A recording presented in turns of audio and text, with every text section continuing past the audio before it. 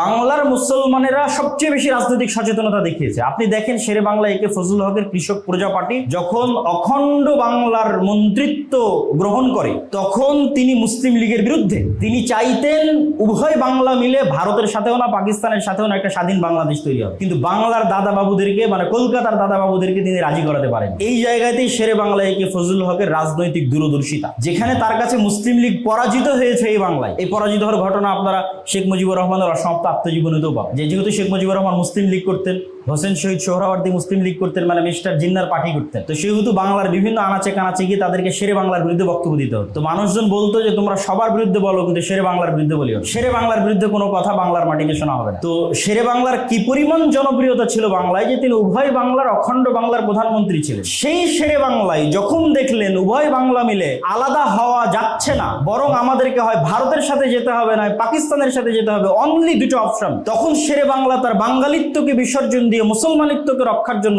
মুসলিম লীগে যোগ দিলেন। এটার জন্য তার ইগোকে কুরবান করতে হয়েছে। তিনি আজীবন রাজনীতি করেছেন হোসেন শহীদ সোহরাওয়ার্দীর বিরুদ্ধে, কিন্তু তিনি মুসলমানদের মুসলমানিত্ব রক্ষা করার জন্য মুসলিম লীগে যোগ দিলেন। এই কারণে 1947-এর 14 আগস্টে কিন্তু মুসলমানরা যে আমরা আজকের যে সীমানা, যে ম্যাপের উপর আমরা আজকে আছি, এই ম্যাপ কিন্তু 1971 অর্জিত ম্যাপ নয়। এই ম্যাপটা কিন্তু আমরা 1947-এ পেয়েছি।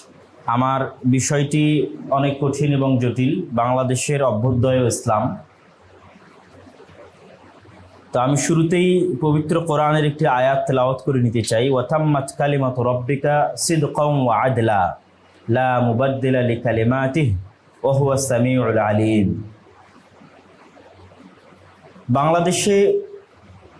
বাংলাদেশের অভ্যুদয় এবং ইসলাম, এই পয়েন্টে আলোচনা করতে গিয়ে যদি আমরা অতি দ্রুত সময়ের মধ্যে সারমর্ম পেশ করার চেষ্টা করি, তাহলে আমরা বাংলাদেশের ইতিহাসকে কয়েকটি ধাপে ভাগ করতে পারি। একটি 1971 থেকে বর্তমান যুগ, একটি 1947 থেকে 1971, আর একটি 1757 23 জুন থেকে নিয়ে 1947-এর 14 আগস্ট পর্যন্ত, 1757 23 জুন থেকে নিয়ে 1947-এর 14 আগস্ট পর্যন্ত। আর আরেকটি ভাগ করতে পারি যখন মোহাম্মদ বিন কাসেম ভারতে প্রবেশ করে এবং ইখতিয়ার উদ্দিন মোহাম্মদ বিন বখতিয়ার খিলজি বাংলায় প্রবেশ করে, তখন থেকে নিয়ে 1757 পর্যন্ত। আর ইখতিয়ার উদ্দিন মোহাম্মদ বিন বখতিয়ার খিলজির বাংলায় প্রবেশ থেকে নিয়ে 1757 23 জুন নবাব সিরাজউদ্দৌলার পতনের পূর্ব পর্যন্ত এই সময়কালকে আমরা দুই ভাগে ভাগ করতে পারি। একটি হচ্ছে মুঘল শাসন আমল, আর একটি হচ্ছে স্বাধীন সুলতানি শাসন আমল। তাহলেই পুরো বাংলাদেশের ইতিহাস একদম সারমর্মভাবে আমাদের সামনে চলে আসবে। তাহলে শুরুটা কি দিয়ে হচ্ছে? স্বাধীন সুলতানি শাসন আমল, তারপরে আসতেছে মুঘল শাসন আমল, তারপরে আসতেছে ব্রিটিশ, তারপরে আসতেছে পাকিস্তান, তারপর বাংলাদেশ। তাহলে স্বাধীন সুলতানি শাসন আমলের নিদর্শন কি? বাংলাদেশে বেশিরভাগ যত পুরাতন মসজিদ আছে, দৃশ্যমান জিনিসের সাথে কানেক্টেড করলে ইতিহাস বোঝা সহজ হয়।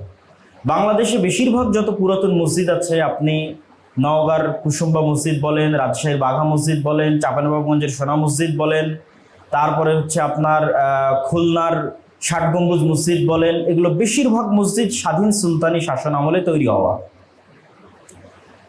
1300 খ্রিস্টাব্দ থেকে নিয়ে 1500 খ্রিস্টাব্দের মধ্যে এই বেশিরভাগ মসজিদগুলো তৈরি হয়েছে, যে সময়টা ছিল স্বাধীন সুলতানি শাসন আমল।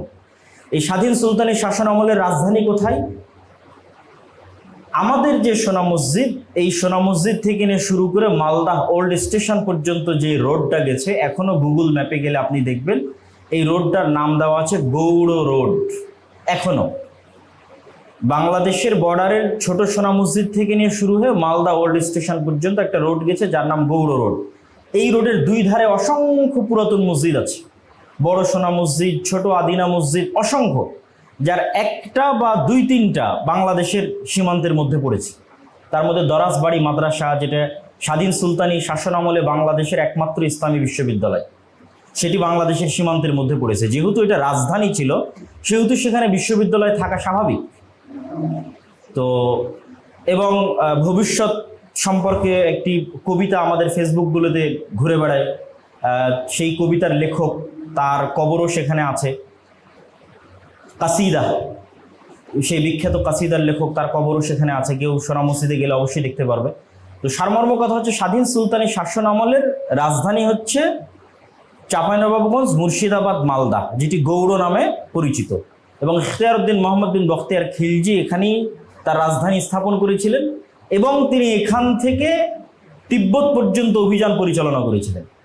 কিন্তু তিব্বত পাহাড়ি অঞ্চল হওয়ায় এবং বরফ আচ্ছাদিত শীতাঞ্চল হওয়ায় তিনি বিজয় অভিযান বা বিজয় লাভ করতে পারেননি। পরবর্তীতে পাহাড় থেকে ফিরে এসে ভারতের দিনাজপুর সীমান্তের মধ্যে পড়েছে দেবকোট, সেই দেবকোট নামক জায়গায় তিনি মৃত্যুবরণ করেন। তো স্বাধীন সুলতানি শাসন আমলকে কেন স্বাধীন বলা হচ্ছে? এই সময়ে যখন স্বাধীন সুলতানি শাসন আমলে বাংলা মুসলমানদের নিকটে, সেই সময় দিল্লিও মুসলমানদের, তখন দিল্লির শাসকেরাও মুসলিম শাসক, কিন্তু বাংলার মুসলিম শাসকরা দিল্লির শাসকদের অধীনস্থ থাকতে চাইতেন না। এই জন্য এটার নাম যুক্ত করা আছে স্বাধীন সুলতানি শাসন আমল। দিল্লির মুসলমানদের সাথে বাংলার মুসলমানদের যুদ্ধ লেগে থাকতো। এরকম অসংখ্য যুদ্ধ ইতিহাসের পাতায় আপনি পাবেন। তো যুদ্ধে বারবার তারা পরাজিত হতো, তার কারণ হিসেবে ইতিহাসের পাতায় লেখা আছে। এবং ইবনে বতুতাও কিন্তু বাংলায় এসেছিলেন, বিখ্যাত পরিব্রাজক, তিনিও কিন্তু তার বইয়ের মধ্যে লিখেছেন বাংলার বর্ণনা দিতে গিয়ে। তো কেন বাংলাকে দখল করতে পারতো না দিল্লির মুসলমানেরা? তার সবচেয়ে বড় কারণ ছিল, যখন দিল্লি থেকে সেনাবাহিনী আসতো তখন বাংলার শাসকরা, যেমন শাহ ইলিয়াস, যাকে মূলত আমরা বাঙালি জাতির প্রকৃত অর্থে জাতির পিতা বলতে পারি। যদি একটি জাতিকে, একটি দেশের ভিতরে একতাবদ্ধ করার ক্রেডিট কাউকে দিতে হয়, তাহলে শাহে বাঙ্গাল শাহ ইলিয়াসকে দিতে হবে। শাহ ইলিয়াসের বিরুদ্ধেও দিল্লির সুলতানরা অনেক যুদ্ধ করেছে। তো যখন যুদ্ধ করতে আসতো তখন তারা পালিয়ে বিভিন্ন দুর্গে আশ্রয় নিত, বিভিন্ন খন্দক পরিখা খনন করে সেগুলোর মধ্যে আশ্রয় নিত এবং অপেক্ষা করত কখন বর্ষাকাল আসবে। আর বর্ষাকাল যখন আসতো তখন বাংলার নদী, নালা, খাল, বিল সব ডুবে যেত। আপনি এখন কল্পনা করেন যে এখন বাংলাদেশে যদি আমি বাংলাদেশের সব ব্রিজ, সব কালভার্ট, সব সেতু ভেঙে দিই, এখন ইনস্ট্যান্ট পদ্মা ব্রিজ ভেঙে দিলাম, যমুনা ভেঙে দিলাম, সারা বাংলায় যত কালভার্ট ব্রিজ ভেঙে দিলাম, বাংলাদেশকে কেউ দখল করতে পারবে না, মানে বাই ল্যান্ড কেউ দখল করতে পারবে না। তো যখন বর্ষাকালে সব নদী নালা ভরপুর হয়ে যেত, তখন মশার অত্যাচারে আর বৃষ্টির অত্যাচারে দিল্লির বাহিনী এখান থেকে পালিয়ে চলে যেত। এই ঘটনা বারংবার ঘটতে থাকত। বাংলা প্রথম পরাজিত হয় মুঘলদের হাতে, তথা স্বাধীন সুলতানি শাসনামলের পরাজয় ঘটে মুঘলদের হাতে। ওই জন্য তখন আর স্বাধীন সুলতানি শাসনামল নামটা ব্যবহার করা হয়নি, তখন আর গৌড় রাজধানী থাকেনি, তখন রাজধানী চলে গেছে ঢাকা, জাহাঙ্গীরনগর, বাদশাহ জাহাঙ্গীরের নাম। এবং তখন আর স্বাধীন সুলতান নাম থাকেনি, তখন নাম হয়ে গেছে সুবেদার। সুবেদার শব্দটা কিন্তু উর্দু, সুবা মানে প্রদেশ, আর সুবেদার মানে যে প্রদেশের প্রধান। আজকেও ভারত বা পাকিস্তানের বিভিন্ন স্টেটকে তারা উর্দুতে বলে সুবা, সুবায় মাগরিব বাঙ্গাল, সুবায় উত্তরপ্রদেশ। তো এইটা ছিল একটা সুবা, প্রদেশ। এই সুবেদার হচ্ছে যেমন বিখ্যাত সুবেদার শায়েস্তা খাঁ, ঢাকা। তো মুঘলরা সর্বপ্রথম রাজধানী স্থানান্তর করলো ঢাকায় এবং এটাকে বানিয়ে দিল তাদের বিশাল দিল্লি সালতানাতের, ভারত সালতানাতের একটি প্রদেশ। তবে মধ্যখানে মুঘলদের বিরুদ্ধে যারা বিদ্রোহ করত তাদের রাজধানী ছিল সোনারগাঁয়ে। 12 ভূঁইয়াদের নাম আমরা শুনেছি, ঢাকা বিশ্ববিদ্যালয়ের মধ্যে কবর আছে ঈশা খান। তারা যুদ্ধ করত মুঘলদের সাথে, তাদের বসবাস ছিল সোনারগাঁ কেন্দ্রিক। তাহলে বাংলাদেশের 3টা যদি ঐতিহাসিক স্পটের সামারি করি, একটা হচ্ছে গৌড়, সোনা মসজিদ, চাঁপাইনবাবগঞ্জ, মুর্শিদাবাদ, মালদা, স্বাধীন সুলতানি শাসনামল যত পুরাতন মসজিদ আছে, একটা হচ্ছে মুঘল শাসনামল ঢাকা, আর আরেকটা হচ্ছে 12 ভূঁইয়া বা যারা বিদ্রোহী গোষ্ঠী ছিল মুঘলদের বিরুদ্ধে তাদের জন্য সোনারগাঁ, জমিদার। আর মুঘলদের থেকে হালকা বিচ্ছিন্ন কিন্তু হালকা মুঘলদের অনুগত শাসনই ছিল আলীবর্দী খাঁ, নবাব সিরাজউদ্দৌলা। তারা আবার ঢাকা থেকে ট্রান্সফার হয়ে চলে গেছিল মুর্শিদাবাদ। নবাব সিরাজউদ্দৌলার 1757 23শে জুন পতনের পর শুরু হয় ব্রিটিশ শাসনামল।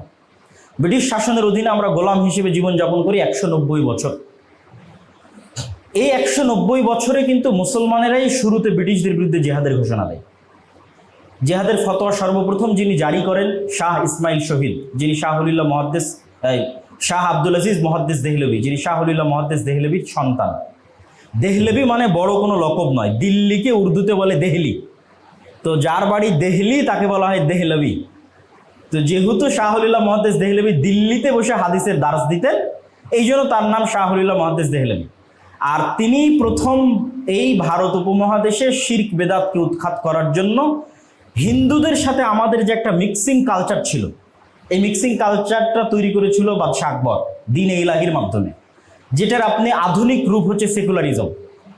আধুনিক ভাষায় যদি আমরা বলি তাহলে সেকুলারিজম, যেটার স্থপতি হচ্ছে বাদশাহ আকবর।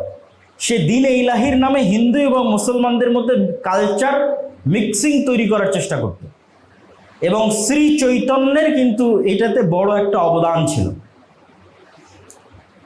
তখন থেকেই মুসলমানদের মধ্যে হিন্দুদের কৃষ্টি কালচার, শিরক বেদাত ইত্যাদি প্রবেশ করে।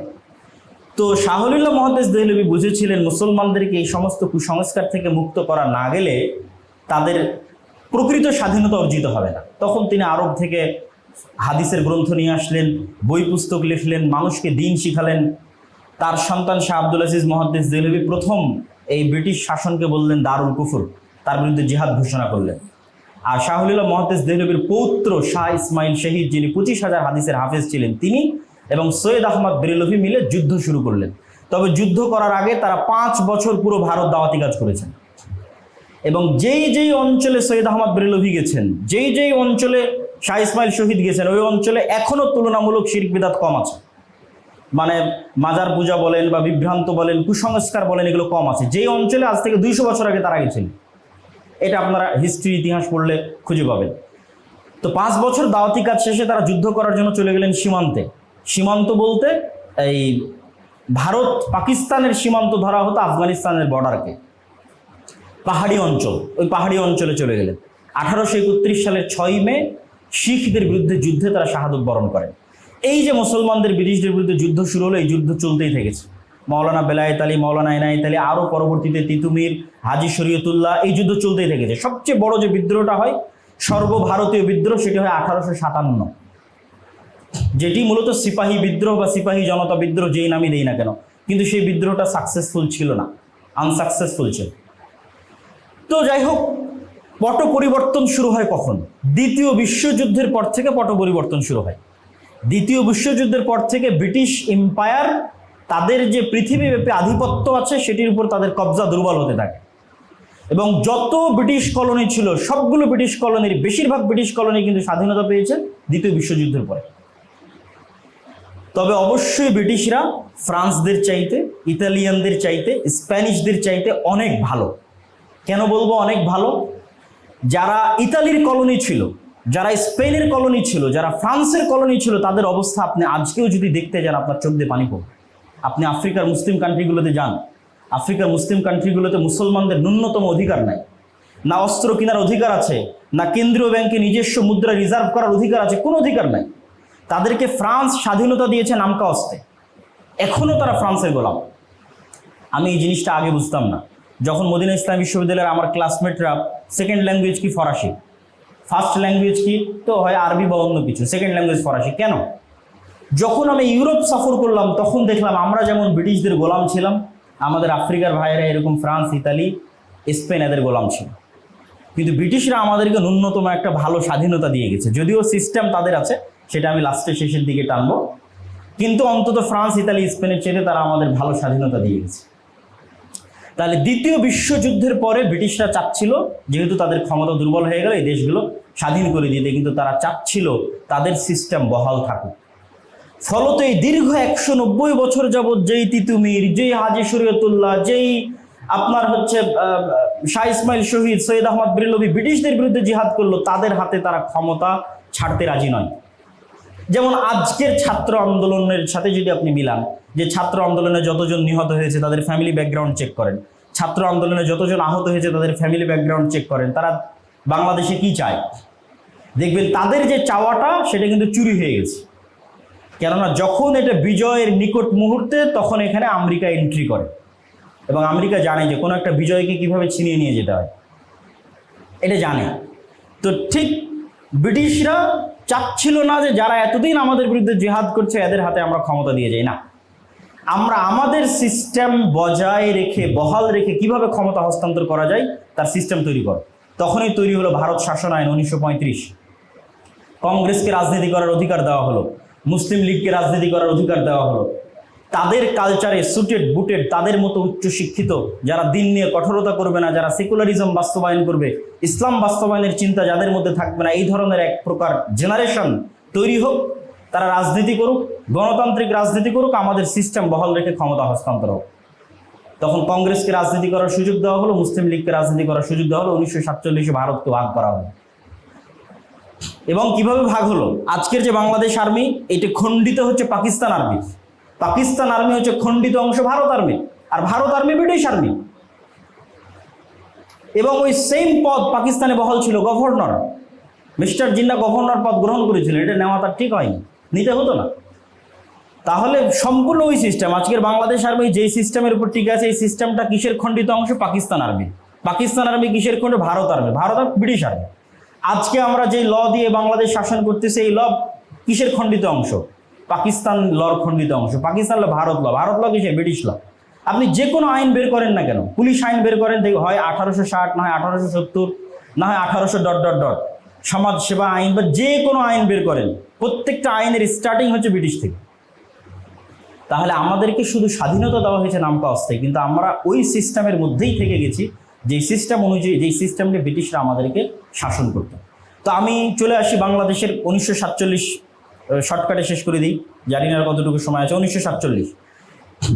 1947 বাংলার মুসলমানেরা সবচেয়ে বেশি রাজনৈতিক সচেতনতার পরিচয় দিয়েছে। ভারতে একটা কথা প্রসিদ্ধ আছে, যেই কথা ভারত 10 বছর পর ভাবে, সেই কথা বাঙালি 10 বছর আগে ভাবে।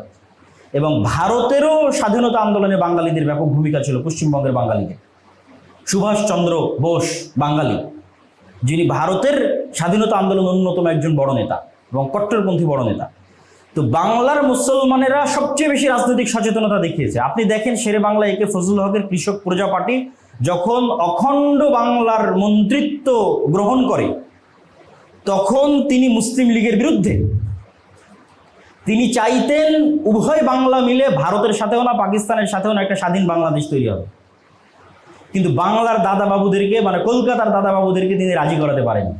এই জায়গাতেই শেরে বাংলা একে ফজলুল হকের রাজনৈতিক দূরদর্শিতা, যেখানে তার কাছে মুসলিম লীগ পরাজিত হয়েছে এই বাংলায়। এই পরাজিত হওয়ার ঘটনা আপনারা শেখ মুজিবুর রহমানের অসমাপ্ত আত্মজীবনীতেও পাবেন। যেহেতু শেখ মুজিবুর রহমান মুসলিম লীগ করতেন, হোসেন শহীদ সোহরাওয়ার্দী মুসলিম লীগ করতেন, মানে মিস্টার জিন্নার পার্টি করতেন। তো সেহেতু বাংলার বিভিন্ন আনাচে কানাচে গিয়ে তাদেরকে শেরে বাংলার বিরুদ্ধে বক্তব্য দিতে হতো। তো মানুষজন বলতো যে তোমরা সবার বিরুদ্ধে বলো, কিন্তু শেরে বাংলার বিরুদ্ধে বলিও না। শেরে বাংলার বিরুদ্ধে কোনো কথা বাংলার মাটিতে শোনা হবে না। তো শেরে বাংলার কি পরিমাণ জনপ্রিয়তা ছিল বাংলায়, যে তিনি উভয় বাংলার, অখণ্ড বাংলার প্রধানমন্ত্রী ছিলেন। সেই শেরে বাংলায় যখন দেখলেন উভয় বাংলা মিলে আলাদা হওয়া যাচ্ছে না, বরং আমাদেরকে হয় ভারতের সাথে যেতে হবে, না পাকিস্তানের সাথে যেতে হবে, অনলি দুটো অপশন, তখন শেরে বাংলা তার বাঙালিত্বকে বিসর্জন দিয়ে মুসলমানিত্বকে রক্ষার জন্য মুসলিম লীগে যোগ দিলেন। এটার জন্য তার ইগোকে কুরবান করতে হয়েছে। তিনি আজীবন রাজনীতি করেছেন হোসেন শহীদ সোহরাওয়ার্দীর বিরুদ্ধে, কিন্তু তিনি মুসলমানদের মুসলমানিত্ব রক্ষা করার জন্য মুসলিম লীগে যোগ দিয়েছেন। এই কারণে 1947 14 আগস্টে কিন্তু মুসলমানরা, যে আমরা আজকের যে সীমানা, যে ম্যাপের উপর আমরা আজকে আছি, এই ম্যাপ কিন্তু 1971 অর্জিত ম্যাপ নয়। এই ম্যাপটা কিন্তু আমরা 1947 পেয়েছি। সুতরাং আমরা যদি এই ম্যাপকে আমাদের দেশ মনে করি, তাহলে আমাদের হিস্ট্রিটা স্টার্ট হতে হবে অবশ্যই অনেক পিছন থেকে, কিন্তু তার একটা বড় একটা আমাদের হিস্ট্রি হচ্ছে 1947। এটাকে অস্বীকার করার কোনো উপায় নেই। এবং 1947 14 আগস্টকে জাতীয়ভাবে অবশ্যই মর্যাদা দেওয়া উচিত, কেননা ওই দিনে আমরা এই ম্যাপটা অর্জন করেছি। এটা অস্বীকার করার কিছু নাই। এটা অস্বীকার করা মানে হিস্ট্রিকে অস্বীকার করা। এবং এর বিস্তারিত ঘটনা, কিভাবে আমরা মুর্শিদাবাদ মালদা হারিয়েছি, কিভাবে আমরা আসামের করিমগঞ্জ হারিয়েছি, কিভাবে আমরা দিনাজপুরের একটা অংশ ভারতের কাছে হারিয়েছি, এগুলো সব ইতিহাস পড়লে আপনারা জানতে পারবেন। তাহলে আমি যদি সারমর্ম করি, তাহলে বাংলার মুসলমানেরা অনেক চৌকস এবং অনেক দূরদর্শী, রাজনীতি সচেতন ছিল। কিন্তু 1947 হওয়ার পর পাকিস্তানিদের যে আত্মভূমিকা, যে কেউ যদি প্রবাসে যান, দেশের বাইরে যান, তাহলে দেখবেন অ্যাজ এ বাঙালি হিসেবে আমাদেরকে ইন্ডিয়ানরাও ছোট চোখে দেখে, বাঙালি হিসেবে আমাদেরকে পাকিস্তানিরাও ছোট চোখে দেখে, বাঙালি হিসেবে আমাদেরকে অ্যারাবিয়ানরাও ছোট চোখে দেখে। অথচ তারা মুসলমান। তারা কোথায় থেকে এই শিক্ষা পেয়েছে যে আরেকজনকে তার জাতিগত বা চেহারার দিক থেকে ছোট চোখে দেখতে হবে? কিন্তু যে কেউ বিদেশে গেলে এটা সে ফিল করবে। তো বিদেশে গেলে আপনি ফিল করতে পারবেন কেন 1971 আমাদের পূর্বপুরুষরা পাকিস্তানের বিরুদ্ধে যুদ্ধ করেছিল। আসলেই তারা ডিসক্রিমিনেশনের শিকার ছিল বলেই তারা যুদ্ধ করতে বাধ্য হয়েছে। ফলত আমি মনে করি যে এই যে স্বাধীন বাংলাদেশ প্রতিষ্ঠিত হয়েছে, এই বাংলাদেশ পাকিস্তানের চাইতেও, ভারতের চাইতেও রাজনৈতিক দূরদর্শিতার দিক থেকে অনেক এগিয়ে। বাংলাদেশের মানুষের রাজনৈতিক দূরদর্শিতা না থাকলে এই ছাত্র আন্দোলন সংগঠিত হতো না, যে ছাত্র আন্দোলন কিছুদিন পূর্বে সংগঠিত হয়েছে।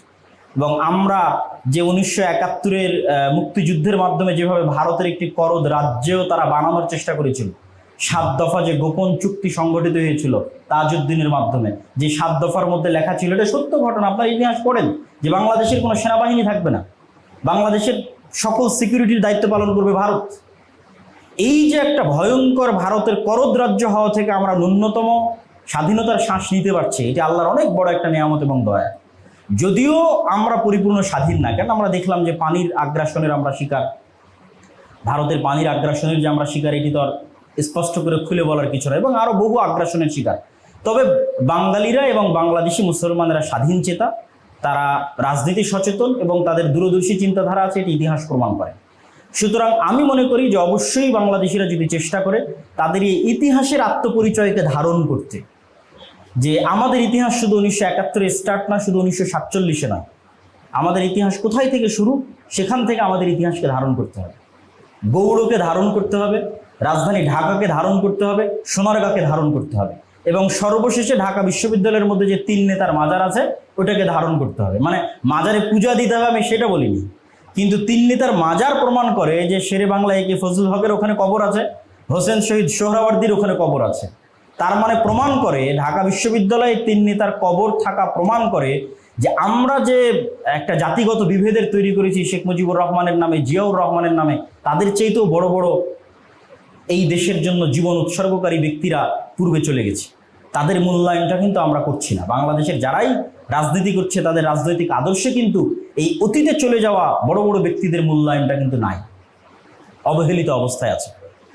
তো আমি আমার বক্তব্যের শেষ অংশে এসে তরুণদের উদ্দেশ্যে যে আহ্বান জানাতে চাইব সেটি হচ্ছে, আমরা ডেমোক্রেসি বা গণতন্ত্রের মধ্যে যদি একজন মুসলিম হই, বিশ্বাস করতে হবে ডেমোক্রেসি বা গণতন্ত্রের মধ্যে আমাদের জন্য শান্তি, নিরাপত্তা, স্থায়ী সমাধান নাই।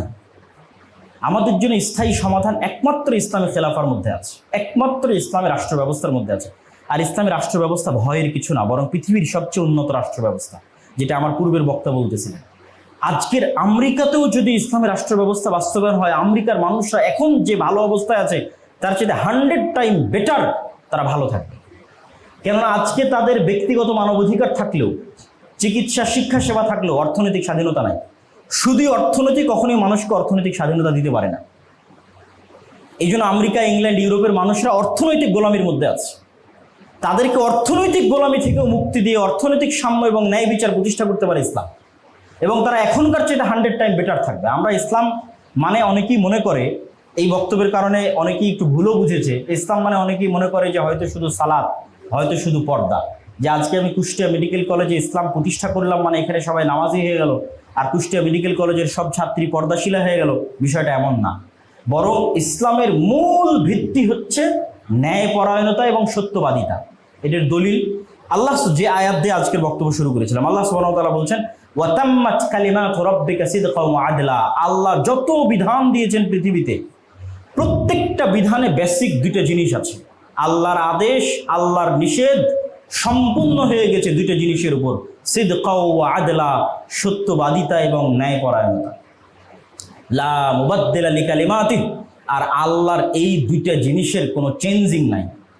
আল্লাহর সত্যতার এবং আল্লাহর ন্যায়পরায়ণতার, এবং এই 2টার উপর ভিত্তি করে আল্লাহ যা বিধান দিয়েছে আর কোনো চেঞ্জিং নাই। সরাসরি স্পষ্ট কোরআন থেকে আপনাদের সামনে দলিল পেশ করলাম যে ইসলামের যত বিধিবিধান আছে, আল্লাহ যা আদেশ নির্দেশ দিয়েছেন তার সামারি কোন 2টা জিনিসের উপর ভিত্তি করে বলেন তো? সত্যবাদিতা এবং ন্যায়পরায়ণতা। আল্লাহ সুবহানাহু ওয়া তাআলা নিজে সত্যবাদী, তিনি ন্যায়পরায়ণ। তিনি যত নবী রাসূল পাঠিয়েছেন, প্রত্যেক নবী রাসূলকে তিনি জন্মগত সত্যবাদী এবং ন্যায়পরায়ণ করে পাঠিয়েছেন। তার সব নবী রাসূল যে জন্মগত সত্যবাদী এবং ন্যায়পরায়ণ, তার পক্ষেও কোরআনের বহু আয়াত এবং বহু নির্দেশনা আপনি কোরআন থেকে আপনাদের সামনে তুলে ধরা সম্ভব। যদিও সময় স্বল্পতাও একজনের কথা বলি, ওয়াযকুর ফিল কিতাবি ইব্রাহিম ইন্নাহু কানা সিদ্দীকান নাবিয়্যা। ইব্রাহিম ছিল সত্যবাদী। ওযকুর ফিল কিতাব ইসমাঈল ইন্নাহু কানা সাদিকাল ওয়া'দি, ইসমাঈল ছিল সত্যবাদী। ইউসুফ আইয়ুহাস সিদ্দীক, ইউসুফ ছিল সত্যবাদী। ওযকুর ফিল কিতাব ইদ্রিস ইন্নাহু কানা সিদ্দীকান নাবিয়্যা, ইদ্রিস ছিল সত্যবাদী। আর আমাদের নবীর কথা তো বলার অবকাশ রাখে না যে তিনি নবুয়ত পাওয়ার পূর্বে, সালাত সিয়াম হজ যাকাতের আদেশ পাওয়ার পূর্বে, কোরআন পাওয়ার পূর্বে জন্মগত সত্যবাদী এবং ন্যায়পরায়ণ। এবং সত্যবাদী হওয়া এবং ন্যায়পরায়ণতা হওয়ারই মানদণ্ড হচ্ছে তাওহীদ। আপনি আল্লাহর সাথে সত্যবাদী মানে, আপনি আল্লাহর প্রতি ন্যায়পরায়ণ, ন্যায় বিচার করতে চান মানে আপনাকে তাওহীদে বিশ্বাস করতে হবে। আল্লাহর কোনো বিধান অন্যায় নয়, আল্লাহর কোনো বিধান মিথ্যা নয়। আল্লাহ যে আমাদের 5 ওয়াক্ত সালাতের আদেশ দিয়েছে, এর কোনো আদেশ অন্যায় নয়। এই প্রত্যেকটা আদেশ হচ্ছে সত্য এবং ন্যায়। যে কোনো আদেশ যদি আপনার মনে হয় যে ইসলাম চুরি করলে হাত কাটতে বলছে, ইসলাম মেয়েদেরকে ধন সম্পদ বাপের সম্পত্তিতে কম দিতে বলেছে, না। আল্লাহ বলেছে আল্লাহর প্রত্যেকটা বিধান সত্যের উপর তৈরি হয়েছে, প্রত্যেকটা বিধান ন্যায়ের উপর তৈরি হয়েছে। আর আল্লাহ নিজের উপর অত্যাচার করা হারাম করে নিয়েছেন এবং তিনি কিয়ামতের মাঠে ন্যায় বিচার প্রতিষ্ঠিত করবেন। তাহলে আমরা যদি সামারি করি, তাহলে আমাদের প্রজন্মকে কি শিখতে হবে? সত্যবাদিতা এবং ন্যায়পরায়ণতা। গত 15 বছর ফ্যাসিজম টিকে ছিল কিসের উপর ভিত্তি করে? নামাজি লোকের, নামাজি ওসি ডিসি এসপির কিন্তু অভাব ছিল না। ওমরাকারী হাজি ওসি ডিসি এসপির কিন্তু অভাব ছিল না। আর এরকম জালসা সম্মেলনে প্রধান অতিথি আর কমিটির মেম্বার হবে এরকম ওসি ডিসি এসপির কিন্তু অভাব ছিল না। অভাব ছিল কোন ওসি এসি ডিসপির? সত্যবাদী, ন্যায়পরায়ণ। সাবআতু ইযিল্লুহুমুল্লাহ ইয়াওমা লা যিল্লা ইল্লা যিল্লুহ। 7 শ্রেণীর মানুষকে আল্লাহ সুবহানাহু ওয়া তাআলা আরশের নিচে ছায়া দিবেন। তার 1 নাম্বার ইমামুন আদিল, ন্যায়পরায়ণ প্রিন্সিপাল, আল্লাহর আরশের ছায়া পাবে। ন্যায়পরায়ণ ভিসি, আল্লাহর আরশের ছায়া পাবে। ন্যায়পরায়ণ ওসি ডিসি এসপি, আল্লাহর আরশের ছায়া পাবে। ইসলামের বেসিক, একদম সব রুলসের বেসিক জিনিস হচ্ছে ন্যায়পরায়ণতা, সত্যবাদিতা। আমরা যদি একটা প্রজন্ম তৈরি করতে পারি যেই প্রজন্মটা ন্যায়পরায়ণতা এবং সত্যবাদিতায় ছাড় দিবে না, ক্ষমতায় কে আসলো সেটা দেখে লাভ নাই। সে তার যে দায়িত্ব পেয়েছে সেই দায়িত্বের সাথে সত্যবাদী থাকবে, ন্যায়পরায়ণ থাকবে, তাহলে আর কিছু লাগবে না, ইসলাম এমনি প্রতিষ্ঠা হয়ে যাবে। পর্দা করা তো মানুষের ব্যক্তিগত ইবাদত। ইসলামী খেলাফা প্রতিষ্ঠা হলে তারা তার জন্য আইন কানুন তৈরি করতে পারে, কিন্তু এটির জন্য যে গুনাহ হবে সেই গুনাহ মানুষ আল্লাহর কাছে চেয়ে ক্ষমা নিতে পারবে। কিন্তু আমি একজন ভিসি হিসেবে দায়িত্ব পালন করতে গিয়ে, প্রিন্সিপাল হিসেবে দায়িত্ব পালন করতে গিয়ে, ওসি ডিসি এসপি, প্রধানমন্ত্রী, প্রধান উপদেষ্টা হিসেবে দায়িত্ব পালন করতে গিয়ে যেই আমানতের খেয়ানত করবো, এর ক্ষমা তো আল্লাহর কাছে হবে না, এর ক্ষমা তো মানুষের কাছ থেকে নিতে হবে। তো সম্মানিত উপস্থিতি, ন্যায়পরায়ণতা এবং সত্যবাদিতা ইসলামের সবচেয়ে বড় মূল মানদণ্ড এবং ভিত্তি। আমরা সালাত আদায় করব, এটি হচ্ছে আল্লাহর সাথে ন্যায়পরায়ণতা এবং সত্যবাদিতা। তাওহীদে বিশ্বাস করব, এটি আল্লাহর সাথে সত্যবাদিতা, ন্যায়পরায়ণতা। সুন্নায় বিশ্বাস করব, এটি আল্লাহর নবীর প্রতি সত্যবাদিতা এবং ন্যায়পরায়ণতা। বেদাতকে অস্বীকার করব, এটি আল্লাহর নবীর প্রতি সত্যবাদিতা, ন্যায়পরায়ণতা। আমার নিজের প্রতি ইনসাফ করব, এটি আমার প্রতি সত্যবাদিতা, ন্যায়পরায়ণতা। আমার অধীনস্থ কর্মচারী, লোকজন, আত্মীয় স্বজন যে আমার সাথে দেখা করতে আসবে, কথা বলতে আসবে, সবার সাথে আমি ইনসাফ করব, এটি তাদের সাথে ন্যায়পরায়ণতা এবং সত্যবাদিতা। এমনকি আমার বোন আমার বাবার সম্পত্তিতে, জমিতে যখন ভাগ পাবে, তখন দামি জমিটা আমি নিব আর কম দামি জমিটা তাকে দিব, তাহলে আমি সত্যবাদী, ন্যায়পরায়ণ নই। সব জায়গায় সত্যবাদিতা এবং ন্যায়পরায়ণতা প্রতিষ্ঠা করাই হচ্ছে ইসলাম। আল্লাহ সুবহানাহু ওয়া তাআলা আমাদেরকে এই বাংলাদেশে একটা প্রজন্ম তৈরি করার তৌফিক দিক, যেই প্রজন্ম আল্লাহর সাথে সত্যবাদী হবে, নবীর সাথে সত্যবাদী হবে, জনগণ রাষ্ট্রের সাথে সত্যবাদী হবে, আমানতদার হবে, ন্যায়পরায়ণ হবে। আল্লাহ কবুল করুক, আল্লাহুম্মা আমিন।